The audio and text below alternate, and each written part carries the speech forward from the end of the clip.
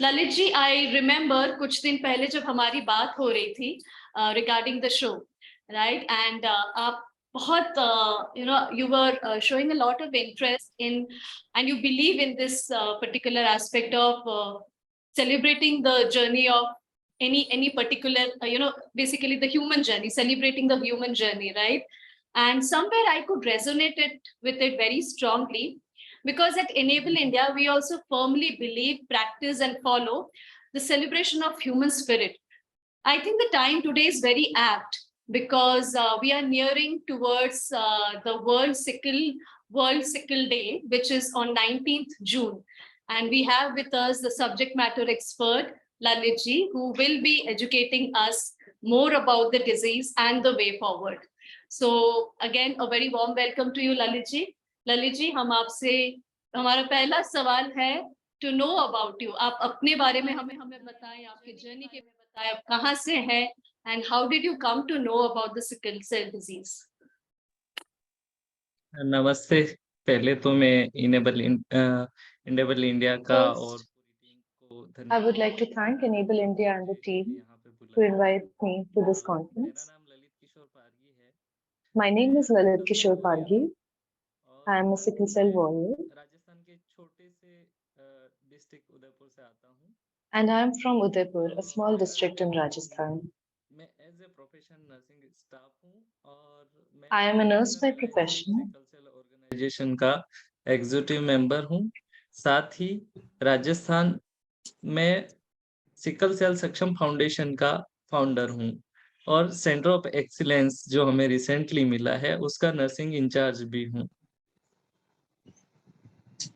Thank you Lalit ji. आप इस disability या डिजीज के बारे में हमारे लिसनर्स को थोड़ा विस्तार रूप से बताएं इन डिटेल, जी and how did you come across this disability. Sickle cell disease है वो जेनेटिक ब्लड डिसऑर्डर है। ये दो टाइप का होता है। इस दो टाइप्स होते हैं इसके, एक इसमें कैरियर होता है और एक इसमें डिजीज होता है। पर जो सिकल सेल है वो बहुत सालों पहले, जब एक टाइम था जब मलेरिया हुआ था, तो हमारी बॉडी में जब उसके लिए इम्यूनिटी बनाई थी तो उसके रूप में सिकल सेल बॉडी ने डाल दिया था अपने अंदर 20% के अराउंड। तो उससे क्या होता था कि बाकी बहुत से लोगों को मलेरिया नहीं होता था। पर जब दो ऐसे लोग जिनमें सिकल सेल ट्रेट होता है वो शादी करते हैं तो एक नया म्यूटेशन आया और ये सिकल सेल डिजीज में कन्वर्ट हो गया। तो मेरे जो मदर फादर हैं उन दोनों में सिकल था, उस वजह से मैं इसका डिजीज पार्ट हूँ और मतलब मुझे डिजीज हो गई। सिकल सेल डिजीज है, जेनेटिक ब्लड डिसऑर्डर है। ये किसी के साथ बैठने खाने पीने से फैलता नहीं है, बट ये जेनेटिकली स्प्रेड होता रहता है, पीढ़ी से पीढ़ी आगे चलता रहता है।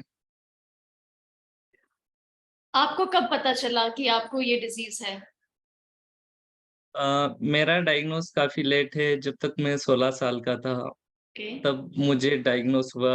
उससे पहले मैं काफी पेनफुल कंडीशन में था। इसमें बहुत ज्यादा पेन होता है क्योंकि जो सिकल सेल होती हैं वो अपनी छोटी छोटी कैपिलरीज और वेन में फंस जाती हैं। उसकी वजह से पूरी बॉडी, जहाँ पे भी वो फंसती है वहां पे ऑक्सीजन सप्लाई नहीं हो पाती है, जिसकी वजह से उस पार्ट में नेक्रोसिस स्टार्ट हो जाता है, जिसकी वजह बहुत ज्यादा पेन होता है। तो मैं जब छोटा था तो मैं यही सोचता था कि मुझे इतना सारा पेन क्यों होता है, जबकि मैं मेरे जो मम्मी पापा थे वो आसपास के पीएचसी सीएचसी जो प्राइमरी हेल्थ सेंटर होते हैं वहां पे दिखाते थे। मैं एक ट्राइबल बेल्ट से बिलोंग करता हूँ तो वहाँ पे बहुत ज्यादा हेल्थ फैसिलिटीज तो उस टाइम नहीं थी, पर जितनी थी तो वहाँ पे दिखा देते थे। इसके बाद भी मैं recurrent fever, recurrent infection and मतलब बार बार बीमार होना होता रहता था मुझे। तो मुझे भी समझ में नहीं आता था कि मुझे इतना सारा क्यों प्रॉब्लम है। मैं दवाई खा रहा हूँ पर मैं ठीक क्यों नहीं हो पा रहा हूँ। मेरी आईज येलो रहती थी तो मोस्टली लोग यही बोलते थे कि मुझे जॉइंडिस है। और अभी भी मेरी आईज येलो ही रहती हैं। तो मैंने काफी साल तक जॉइंडिस का ट्रीटमेंट लिया कि मुझे जॉइंडिस है करके।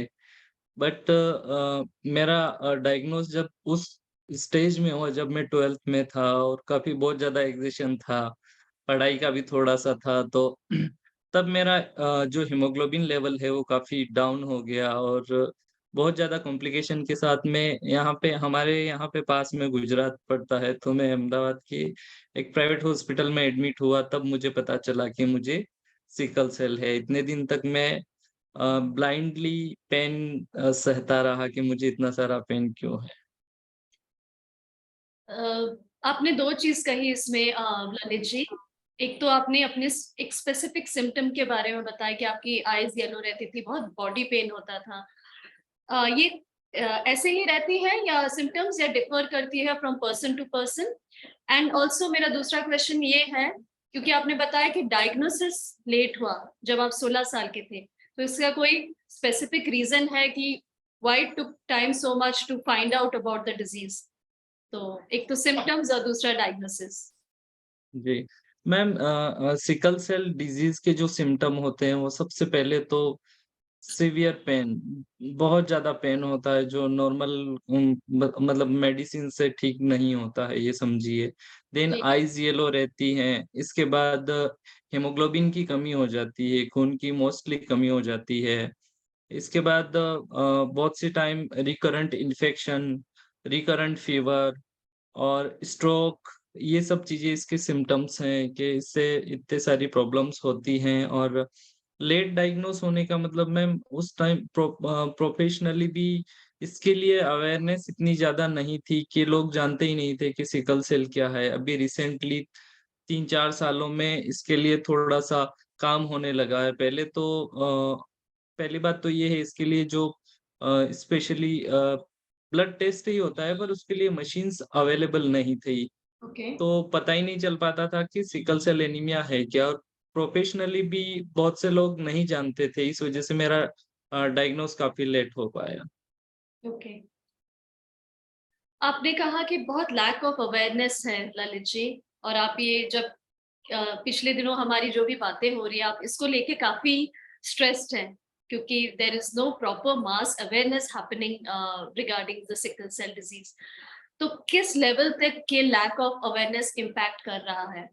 बिकॉज़ आप कुछ चैलेंजेस से जो जूझ रहे थे ड्यूरिंग योर चाइल्डहुड, और आपने वो देखा हुआ है अपने आस-पास। तो because of the lack of awareness, because सही जानकारी नहीं है, तो how has it impacted your life, your family's life, और the life in general with the community?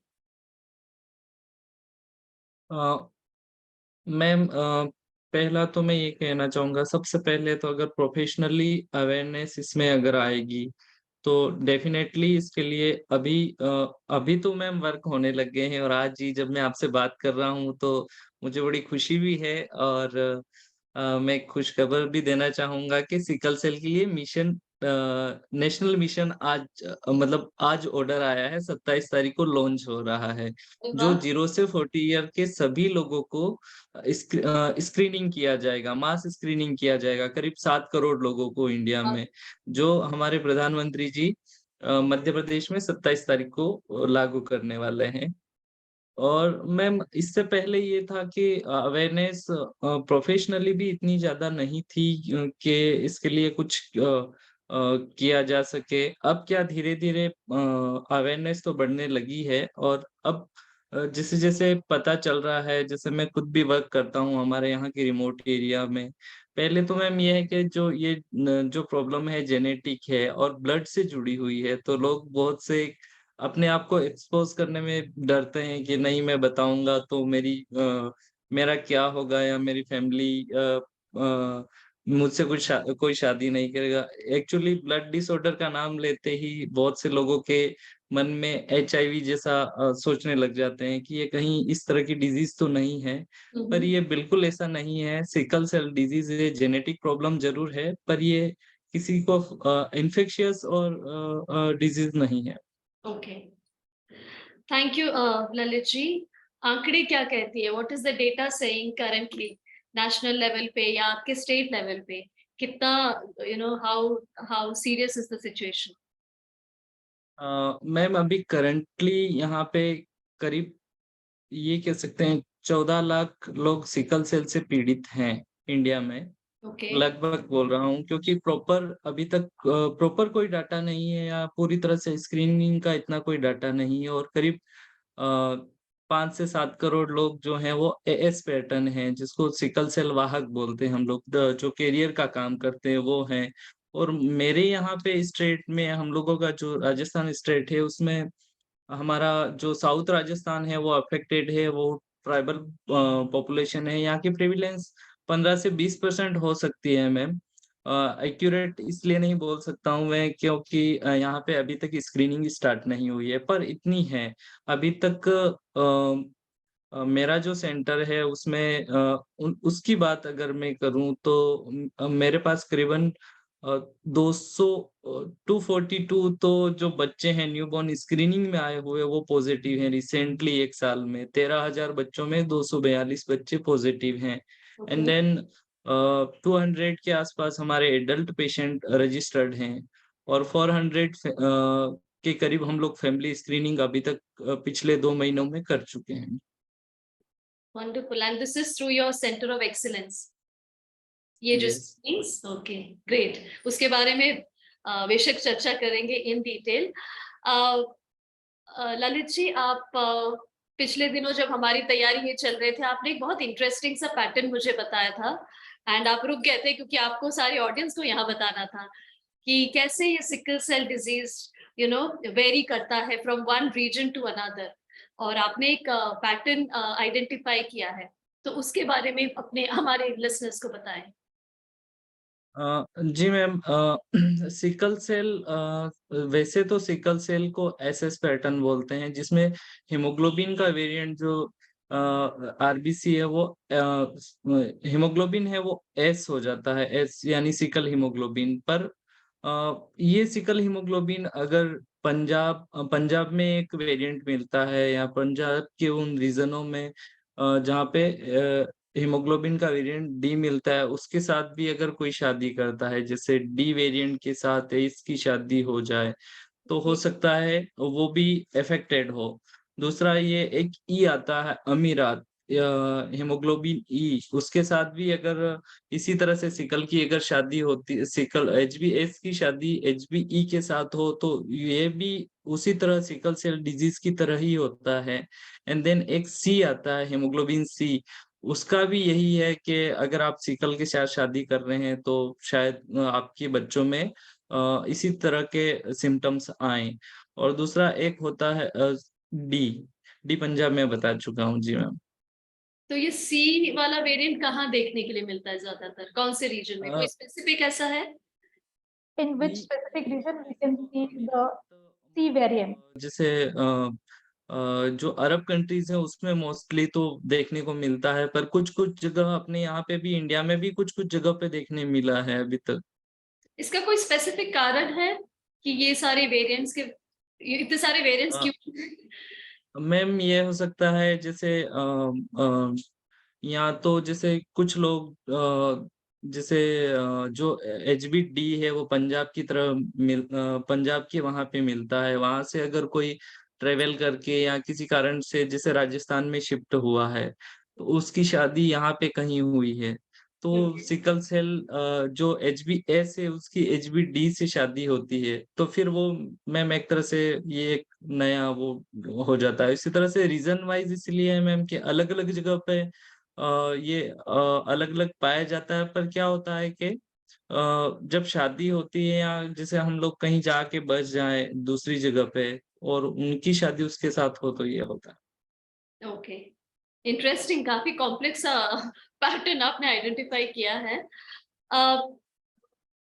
आपके लाइफ में इस डिजीज की वजह से क्या इम्पैक्ट आया, क्या जी मैम। चेंजेस आई? जी मैम, मेरा एक तो मैम काफी लेट डायग्नोस है, तो उस दौरान तो मैम मैं बहुत ज्यादा पेन में रहा, तो मुझे समझ ही नहीं आता था कि मुझे इतना सारा पेन क्यों होता है। जी जब मैं 12th में आया, जब डायग्नोस मेरा हुआ, कभी सिकल सेल सुना ही नहीं कि सिकल सेल क्या होता है। फिर हमें डॉक्टर्स ने बताया कि इस तरह से ये जेनेटिक ब्लड डिसऑर्डर है, और जी ऑब्वियसली जैसा बाकी सब लोग डरते हैं वैसा मैं भी डरा था, और मेरी फैमिली भी डरी थी, और हम लोग, मैं भी थोड़ा डिप्रेशन में चला गया था उस टाइम। कि मतलब क्योंकि मुझे रिकरेंट इन्फेक्शन हो रहा था, मेरा एवीएन हो गया था, एवास्कुलर नेक्रोसिस, जो मेरा कुछ टाइम में मेरा हिप रिप्लेस होने को है, मेरा एक शोल्डर खराब है, मुझे गॉलब्लैडर स्टोन्स हैं अभी। तो Okay. मल्टीपल प्रॉब्लम मुझे हुई, तो मैं थोड़ा मतलब डिप्रेस्ड हुआ। और उस टाइम जब मैं 12th में था, तो मुझे जो करियर मेरा जो था, मैं सोच रहा था मुझे कुछ और बनना था, तो उसके साथ मुझे कॉम्प्रोमाइज करना पड़ा, क्योंकि मुझे ये बताया गया था कि आप सिर्फ फिजिकल वर्क या फिजिकल वर्क से ही आप मतलब आपकी सिकलिंग शुरू नहीं होगी। अगर आप मेंटली भी कुछ इस तरह का कुछ वर्क करते हैं, तो भी आपको इस तरह की दिक्कत हो जाएगी, तो आप ज्यादा एग्जेशन लेना आपके लिए ठीक नहीं है। तो फिर मैंने अ, अपने आप को थोड़ा रोका, और मैं प्रोफेशनली मेडिकल प्रोफेशन में जाना चाह रहा था, मैं मेडिकल ऑफिसर बनना चाह रहा था, पर देन मैंने उसको स्किप करके और मैंने नर्सिंग में एडमिशन लिया, ताकि मैं अपने आप को समझ पाऊँ कि मुझे किस तरह से रहना है। एंड देन जब मैंने नर्सिंग की, इसके बाद मुझे इतने सारे जो एपिसोड्स पहले आते थे, बहुत ज़्यादा मैं हॉस्पिटलाइज़ होता था, स्कूल ड्रॉपिंग होता था, कॉलेज बराबर नहीं जा पा रहा था। तो जब मैं इस प्रोफ़ेशन में आया, तो मैं अपने आप को समझने लगा, और मैं अपने आप का थोड़ी केयर करने लगा। एंड देन मतलब उसके बाद मेरा काफ़ी ठीक चलने लग गया। बट हाँ, सिकल सेल के जो पेशेंट्स हैं, वो काफ़ी बच्चे स्कूल ड्रॉपिंग होते हैं, काफ़ी बच्चे स्कूल और कॉलेज नहीं जा पाते हैं, बहुत से लोग जॉब नहीं कर पाते हैं इस वजह से, क्योंकि क्राइसिस का दौर इतना ज़्यादा रहता है, बहुत ज़्यादा पेन क्राइसिस रहते हैं, तो वो अपने रेगुलर सर्विस नहीं कर पाते हैं। ललित जी, इसका कोई ट्रीटमेंट अवेलेबल है which is completely curable? Ma'am फिलहाल ये बोल सकते हैं कि क्योरेबल, पूरी तरह से क्योरेबल तो अभी फिलहाल शायद नहीं नहीं के बराबर ही मानिए, क्योंकि जो स्टेम सेल जीन थेरेपी, और ये बहुत ज्यादा कॉस्टली है, वो इफेक्ट मतलब इंडिया में ये क्या, जैसे ट्राइब्स लोगों में मोस्टली ज्यादा है, तो मैम वो लोग इतना कर ही नहीं पाते हैं। पर हाँ, मैनेजेबल जरूर है अभी। इसके लिए मैम हाइड्रोक्सीयूरिया एक कैप्सूल आती है, अगर आप उसको बराबर ले रहे हैं, आप अपने हेमेटोलॉजिस्ट या जो भी डॉक्टर हैं उनके पास जाके आप अपने बॉडी वेट के हिसाब से बराबर ट्रीटमेंट ले रहे हैं, तो आप श्योर है आपकी क्वालिटी ऑफ लाइफ एकदम सही रहेगी। उसके साथ जैसे वैक्सीनेशंस हैं, इसके अभी कुछ नई ड्रग भी आई है, क्रिजालुज़्म करके एक इंजेक्शन आया है, वो भी चल रहा है, और एल ग्लूटामिन करके कुछ कुछ नई नई चीजें अब आ रही हैं सिकल सेल में। तो मुझे लगता है आने वाले दिनों में बहुत ही जल्द जीन एडिटिंग और इनसे ये पूरी तरह से क्यूरेबल हो पाएगा। चलिए, fingers crossed and I hope and pray कि इस ट्रीटमेंट आ जाए इंडिया में। ललित जी, रिगार्डिंग ट्रीटमेंट जब हम इसके बारे में बात कर रहे हैं, and this is a blood disorder, तो कोई स्पेसिफिक डॉक्टर इसके इलाज करते हैं? जैसे हम बच्चों के लिए पेडियाट्रिक्स के पास जाते हैं, या अगर हड्डी का कोई प्रॉब्लम है तो ऑर्थो के पास जाते हैं, तो for this particular disease and disability, इसके लिए कोई स्पेसिफिक मेडिकल प्रोफेशनल होते हैं? मैम वैसे तो हेमेटोलॉजिस्ट इन ब्लड डिसऑर्डर्स को देखते हैं, बट हेमेटोलॉजिस्ट इंडिया में इतने ज्यादा नहीं है, तो ये जो पार्ट है वो पीडियाट्रिशियन अच्छे से रोल इसमें प्ले कर सकते हैं। और पीडियाट्रिशियन इनको, जो बच्चे न्यूबॉर्न स्क्रीनिंग में नहीं जाते हैं, या जिनकी न्यूबॉर्न स्क्रीनिंग नहीं होती है, तो इनमें ये सिम्टम्स के टाइम में पीडियाट्रिशियन इसको आराम से डायग्नोस कर पाते हैं। एंड देन एडल्ट की अगर बात करें मैम, तो मेडिसिन कोई भी फिजिशियन इसको डायग्नोस कर सकता है, क्योंकि मैम इसका जो डायग्नोस है वो एक सिंपल से ब्लड टेस्ट से ही हो जाता है। इसमें कोई स्पेशल ऐसा कोई टेस्ट नहीं है कि उसको करने की जरूरत है, बस उसके लिए एक ब्लड टेस्ट होता है, पर वो उसके लिए मशीन होना जरूरी है। ओके। ललित जी, आपने अपने फिजिकल कॉम्प्लिकेशंस के बारे में बताया, which is a direct impact of this disease आपके लाइफ में। इमोशनली और मेंटली कैसा था पूरा जर्नी आपके लिए, और आपने how did you overcome it? Ma'am जो जर्नी रही वो मेंटली तो मैम ये है कि मैंने ये देखा है, अगर जिस फैमिली में एक सिकल सेल बच्चा है, उस पूरी फैमिली की मेंटल, इकोनॉमिकल और फिजिकल तीनों कंडीशनें काफी खराब होती हैं, क्योंकि आए दिन हॉस्पिटल्स के टूर रहते हैं, आए दिन आप रिकरेंट एडमिशंस हॉस्पिटल में इतने सारे। मैं खुद ही जब 2005 से 2011 के बीच में इतना ज्यादा हॉस्पिटलाइज हुआ हूँ, 40 से 45 बार हॉस्पिटलाइज होता था। तो एक प्राइवेट हॉस्पिटल, क्योंकि गवर्नमेंट हॉस्पिटल में इतनी उस टाइम इतना फैसिलिटीज नहीं थी, मुझे जो कॉम्प्लिकेशन होते थे उस टाइम के लिए, तो हम लोग प्राइवेट में जाते थे, तो मैम इकोनॉमिकली भी बर्डन बढ़ता था, एंड मेंटली ये रहता था मैम कि मैं खुद डिप्रेस होने लग जाता था। रोज हॉस्पिटल के चक्कर, बहुत ज्यादा चक्कर, मतलब आप 7 दिन बड़ी मुश्किल से घर पे रह पा रहे हैं, एंड देन वापस हॉस्पिटल का चक्कर। तो जी। उस टाइम बहुत ज्यादा डिप्रेस्ड हुआ मैं भी। बट इसके बाद जब मैंने नर्सिंग किया तो मैंने थोड़ा सा अपने आप को समझने की कोशिश की, और फिर मैंने बाकी लोगों से भी सीखा कि मतलब आज से 3-4 साल पहले तो मैम ये था कि मैं ये समझता था कि राजस्थान में पता नहीं मैं शायद अकेला हूँ, 4-5 साल पहले। फिर जब मैं नेशनल अलायंस के साथ जुड़ा, तो वहां पे पता चला कि इतने सारे लोगों को प्रॉब्लम्स है। तो फिर मैंने उनको भी समझा, उनको जाना कि हाँ इनको भी प्रॉब्लम है, जब ये लोग सब कुछ कर सकते हैं तो हम भी कर सकते हैं। एंड देन इसके बाद फिर पॉजिटिव एटीट्यूड के साथ मैं थोड़ा आगे बढ़ा, और देन अभी मैं वर्क कर रहा हूँ सिकल सेल के लिए। किसी थेरेपी का सपोर्ट लिया? जी मैम। किसी थेरेपी का या काउंसलिंग, किसी चीज का सपोर्ट लिया आपने, ऐसे किसी सर्विसेज का? मैम काउंसलिंग तो जब डॉक्टर्स के पास जाते थे तब होती थी, उनकी जरूर हेल्प मिली, और उन्होंने मतलब वो अपनी राय देते थे, और उन्होंने पूरी फैमिली को काउंसलिंग किया, क्योंकि मैम बहुत ज्यादा जरूरी है। लोग आजकल बताना नहीं चाहते हैं किसी डिजीज के लिए, और ऐसी जेनेटिक डिजीज के लिए स्पेशली लोग नहीं बताते हैं, क्योंकि वो ये सोचते हैं कि जैसे मेरी शादी के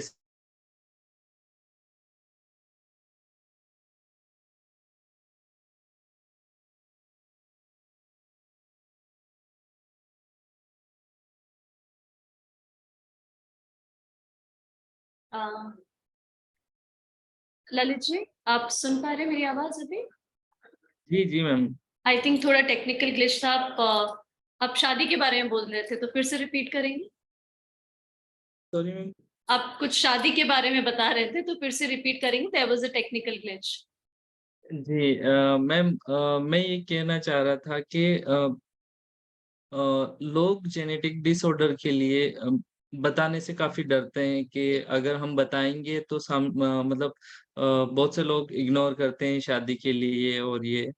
तो मैम सिकल सेल में भी ऐसा कुछ है वैसे।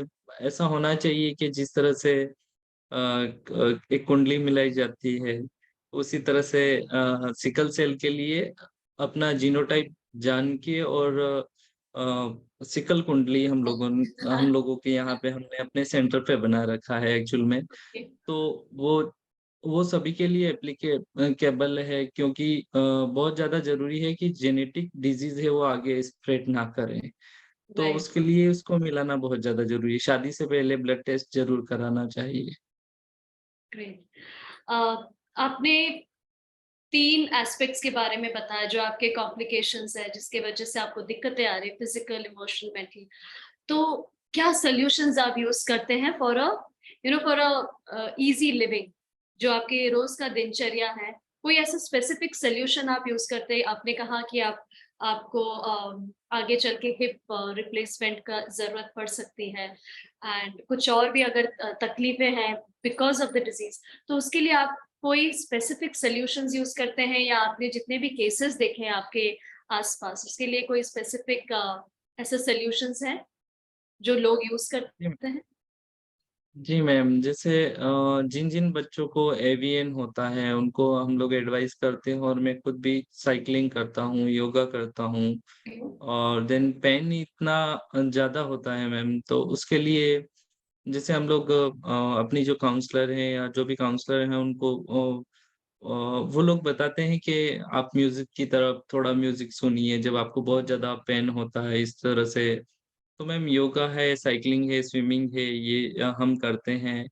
और मैम मेरी जो डेली की रूटीन है उसमें से मैं अपने 7 दिनों में एक दिन जो है वो अवेयरनेस के लिए मैं करता हूँ, जो आउटरीच प्रोग्राम करता हूँ मैं अपने लेवल पे या अपना हमारे एनजीओ के लेवल पे। हम लोग ये मेरे जो फ्रेंड सर्कल है वो काफी सपोर्टिव है। तो वो लोग मेरे साथ मेरी तकलीफें उन लोगों ने देख रखी हैं एक्चुअल में। जब मैं हॉस्पिटल्स में रहता हूँ तो वो लोग आउटरीच प्रोग्राम करते हैं जहाँ पे हमारा जो एरिया है वो मैम काफी इंटीरियर है। बहुत सी जगह ऐसी होती है जहाँ पे बस नहीं चलती है या ऐसी भी जगह है, तो हम लोग वहां जाके और उन लोगों को सिकल सेल का टेस्ट करके और देन ये सब कुछ बताते रहते हैं। Okay. Thank you, to share this with us, Lalit ji. आपका एक मिशन है to make India sickle free, and उसके लिए आप एक बहुत reputed organization से जुड़े हैं। तो मैं चाहती हूँ कि आप उसके बारे में इन डिटेल हमें बताएं। क्या वो ऑर्गेनाइजेशन का मिशन एंड विजन है, आप कैसे जुड़े, आपकी करियर वहाँ कैसे शुरू हुई? तो यस। जी मैम मैं as a professionally nursing officer हूँ। मैं गवर्नमेंट हॉस्पिटल में नर्सिंग ऑफिसर का वर्क करता हूँ। पर मैं इसके साथ साथ मैम 2016 से अवेयरनेस का वर्क भी कर रहा था। जी। तो अभी रिसेंटली 10 फरवरी को हम लोगों को सेंटर ऑफ एक्सीलेंस मिला है हमारे आरएनटी मेडिकल कॉलेज उदयपुर को, जो सिकल सेल के लिए स्पेशल सेंटर है। वो एकमात्र रायपुर में है, देन सेकेंड है वो उदयपुर को मिला है। तो हम सेंटर ऑफ एक्सीलेंस, क्योंकि मैं इसके लिए बहुत ज़्यादा मैंने कोशिश मैंने भी की है, गवर्नमेंट को काफ़ी बार लिखा है, क्योंकि एक टाइम था जब यहाँ पे बताया जाता था कि राजस्थान में कोई सिकल सेल का पेशेंट नहीं है। पर मैंने काफ़ी लेटर्स भी लिखे कि यहाँ पे बहुत से ऐसे पेशेंट हैं जिनको स्क्रीनिंग की ज़रूरत है। एंड देन जब से ये सेंटर स्टार्ट हुआ है, सेंटर ऑफ एक्सीलेंस, हम लोगों को 10 फरवरी को इसका हमारे सीएम साहब अशोक गहलोत साहब ने इसका घोषणा की थी। एंड देन हमने 1 मार्च से, जो हमारे यहाँ के प्रेजेंट प्रिंसिपल थे डॉक्टर लाखन पोसवाल सर, जो मेरे नोडल ऑफिसर भी हैं सिकल सेल डिजीज के लिए, तो हम लोगों ने 1 मार्च से ही सेंटर को स्टार्ट कर लिया। और अभी तक हमने 2 से 3 महीने के बीच में 141 केसेस को हमने डायग्नोस कर लिया है और उनका ट्रीटमेंट स्टार्ट करवा दिया है। एंड देन अभी हमारा जो सेंटर है वो इंडिया का एकमात्र ऐसा सेंटर है जहाँ पे कंप्लीट वैक्सीनेशन, जो गवर्नमेंट में वैक्सीनेशन होते हैं, इसके अलावा जो सिकल सेल पेशेंट के लिए एक्यूट चेस्ट सिंड्रोम जो होता है, निमोनिया से काफी बच्चों की डेथ हो जाती है, तो उसके लिए जो वैक्सीन चाहिए वो हमारे पास सभी अवेलेबल हैं। तो हम लोग अभी सिकल सेल डे पे हम लोग सोच रहे हैं उन सभी बच्चों का वैक्सीनेशन हमारे द्वारा यहाँ पे किया जाएगा। और हम लोग कोशिश कर रहे हैं कि हम पूरे एरिया में स्क्रीनिंग स्टार्ट करें एंड आउटरीच प्रोग्राम करके जो ऐसे रिमोट एरिया में रहने वाले सभी लोगों को मतलब गवर्नमेंट के थ्रू हम सभी फैसिलिटीज प्रोवाइड करें। बहुत अच्छा, कॉन्ग्रेचुलेशंस आपको। पहली बात तो इतना बड़ा थैंक यू। आपने ये हासिल किया है just because of your relentless efforts और आपकी जो कोशिश है रिगार्डिंग सिकल सेल डिजीज। क्या क्या सर्विसेज अवेलेबल है in this centre for excellence? एक तो आपने वैक्सीनेशन बताया, कुछ जी आपने मैम। आउटरीच का भी, बट एग्जैक्टली क्या अगर कोई पेशेंट आते हैं तो वो कौन सी किस किस सर्विसेज को अवेल कर सकते हैं इस सेंटर में? मैम हमारे यहाँ पे आउट पेशेंट तो हमारा 24/7 चलता ही है। ओके। ओपीडी हमारी चलती है, आईपीडी हमारा अलग से वार्ड है सिकल सेल के लिए।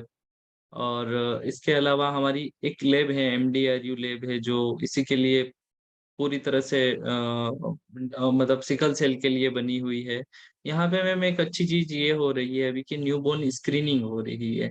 मतलब जैसे ही बच्चा पैदा होता है हम तुरंत ही उसको स्क्रीन कर लेते हैं। अभी तक हमारे सेंटर में 13,000 बच्चे स्क्रीन हो चुके हैं, जिसमें से 242 बच्चे अभी पॉजिटिव आए हैं। तो हम लोग उन्हें भी बुला के और हम बराबर काउंसलिंग करते हैं। हर 3 महीने में हम लोग उन्हें बुलाते हैं, उन्हें काउंसलिंग करते हैं। एंड देन अगर उनको इस तरह के सिम्टम्स आने स्टार्ट हों उससे पहले ही हम लोग उनकी मेडिकेशन स्टार्ट कर देते हैं। एंड देन इसके बाद बाकी सभी फैसिलिटीज, सभी टाइप की मेडिसिन यहाँ पे अवेलेबल हैं जो सिकल सेल पेशेंट के लिए होनी चाहिए। हाइड्रोक्सूरिया यहाँ पे पूरी मतलब अवेलेबल है। एल ग्लूटामिन जो होता है वो अवेलेबल है।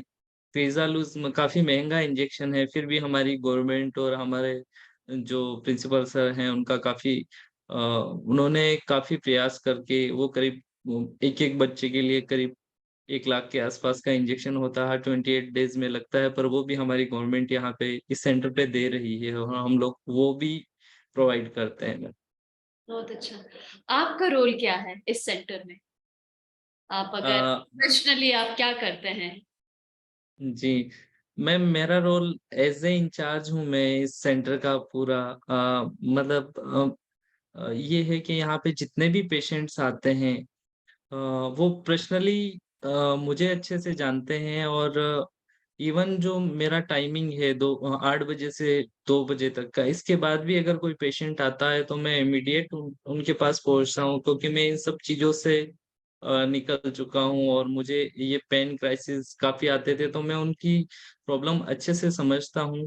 तो मेरा ये रोल रहता है मैम, उनको जैसे ही अगर कोई पेशेंट इस कंडीशन में आता है जो सिकल सेल हो रही है, बहुत ज्यादा सीवियर पेन के साथ आता है, तो इमीडिएट सर्विस उसे प्रोवाइड हो।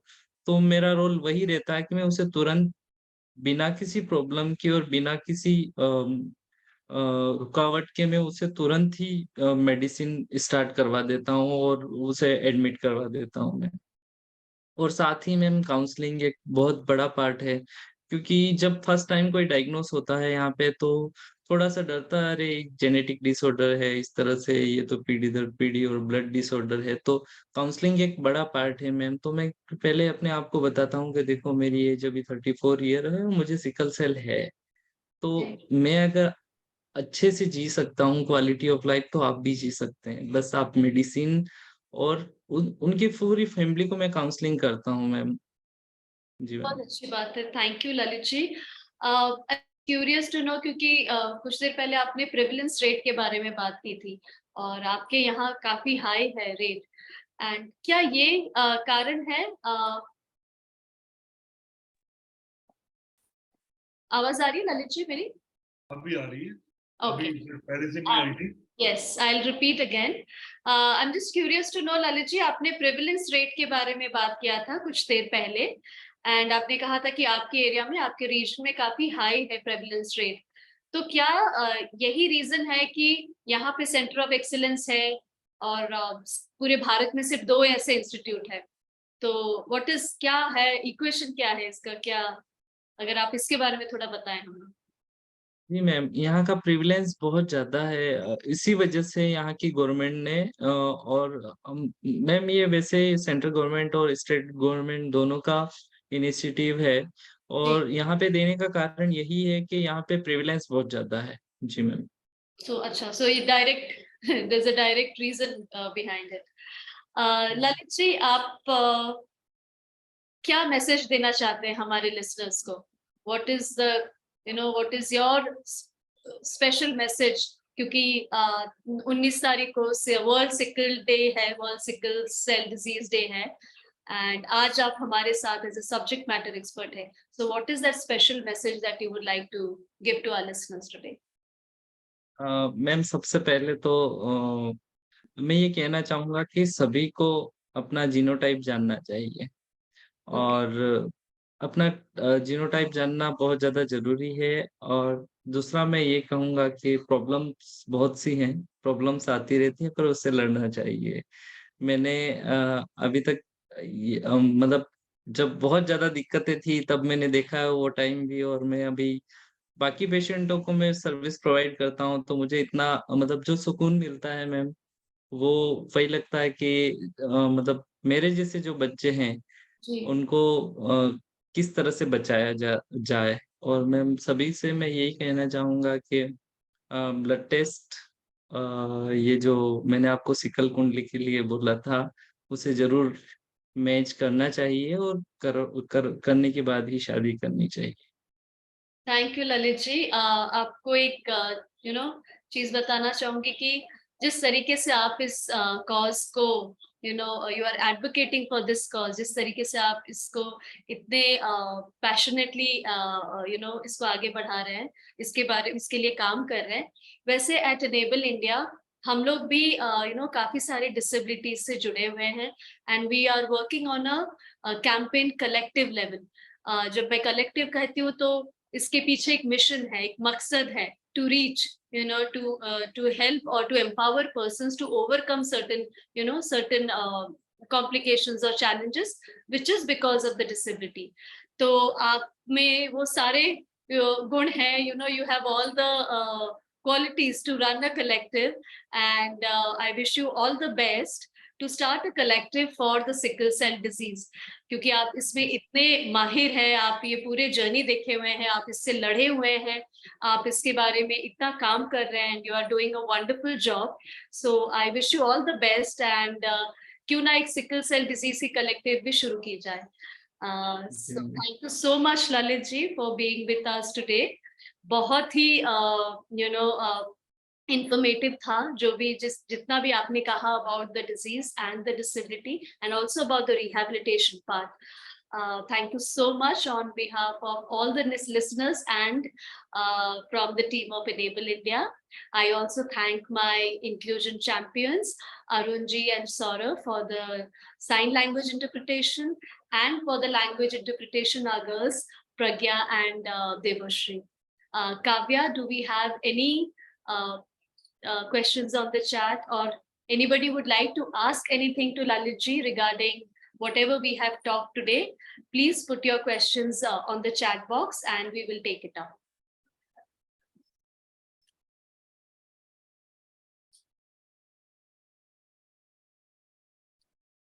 Do we have any questions? If you have any questions, you can post it on chat, or you can unmute yourself and speak.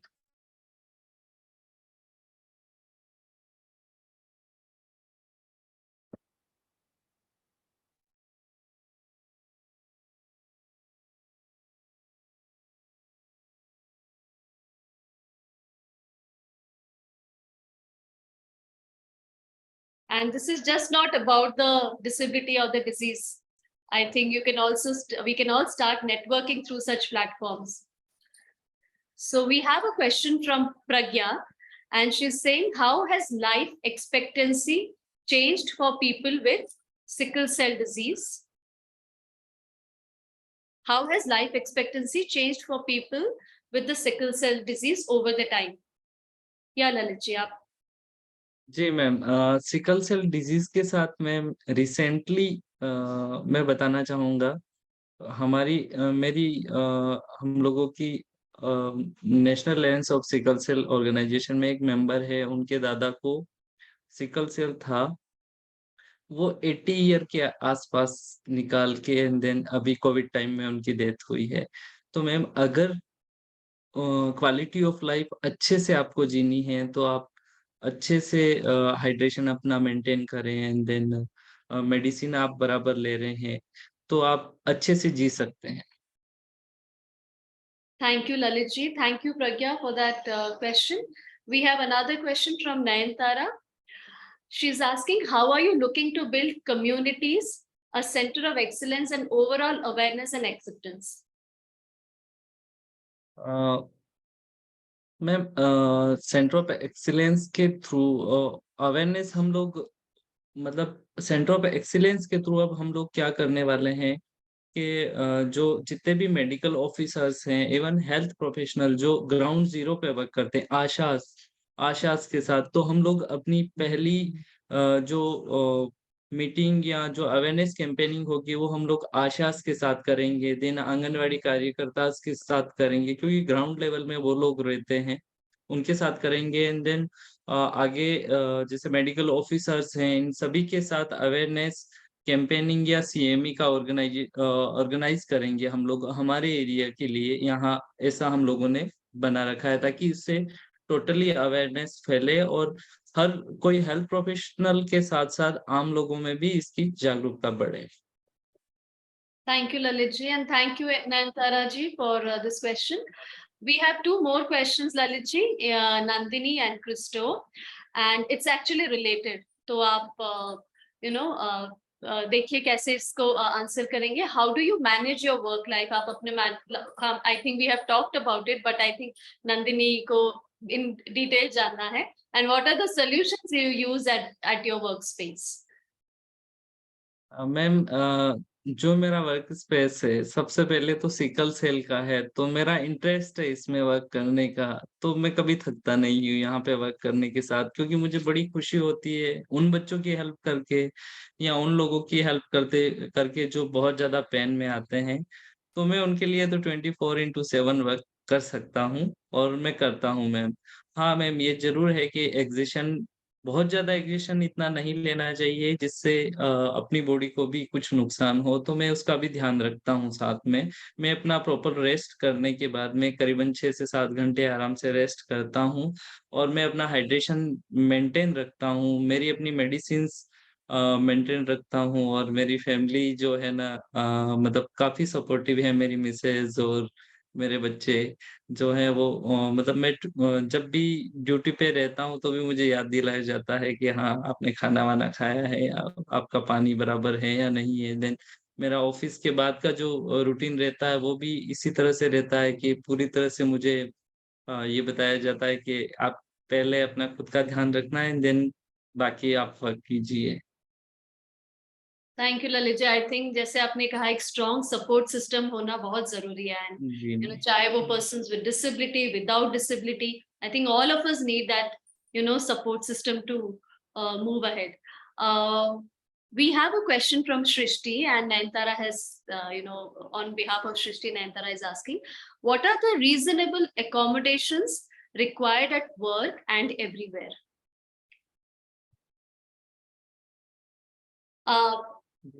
Question आपको समझना है इन डिटेल? जी जी. सो बेसिकली आप जब काम वर्क स्पेस में जाते हैं या आपके घर में, राइट, कहीं पे भी कोई स्पेशल अरेंजमेंट या कोई भी स्पेशल सॉल्यूशंस आप यूज करते हैं क्या, to do your daily work और to in your daily life? Ma'am, रहने का एक हो, वेदर, खाने पीने का हो, आपके काम करने का हो, या when you are moving around, so कोई भी स्पेसिफिक चीजों का ध्यान रखना होता है क्या?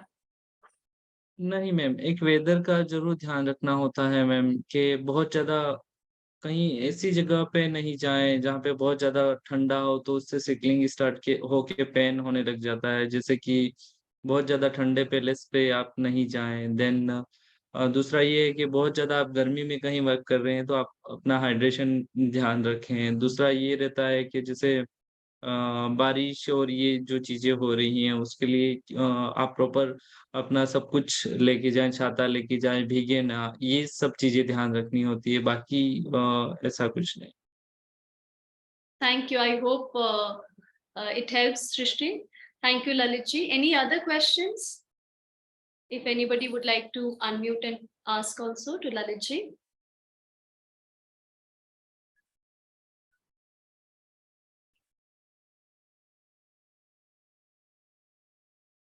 I think it's a wrap. Yeah, thank you so much, Lalitji. It was a pleasure having you, and to know about you, to know about your journey, to know about so much about this disease and disability. I think मैंने पहले मुझे इतना इसके बारे में जानकारी नहीं थी, and over the days when I have been actually interacting with you, it's been very enriching. And I wish you all the best on behalf of all our listeners and Enable India. And a big thank you to all the people who have joined us today on this show. Thank you so much. Thank you, Lalitji. Thank you ma'am. और आप मैं कहना enable चाहेंगे? India को thanks करना चाहूंगा. Ma'am, एक चीज थी जो शायद मैं थोड़ा सा भूल गया हूँ Please डिसेबिलिटी बताएं, के लिए. please बताएं. Yeah. मैम, सिकल सेल में भी इसी तरह के कॉम्प्लिकेशंस होते हैं, और एक कंडीशन हो जाती है जब आप मेडिसिन नहीं लेते हैं तो लोकोमोटर जैसी प्रॉब्लम भी आने लग जाती है. और एक ये ऐसी डिसेबिलिटी है जो दिखती नहीं है, इनविजिबल डिसेबिलिटी है. Right. तो हम लोगों के लिए भी मतलब जो थैलेसीमिया और हीमोफीलिया और सिकल सेल हैं, ये भी इनविजिबल डिसेबिलिटीज हैं. और जी। इसमें भी प्रॉब्लम्स काफी होती हैं। Thank you so much. Thank you for that end note. Thank you so much. All the best, Lalit ji, आपके आगे बहुत सारे success stories के लिए.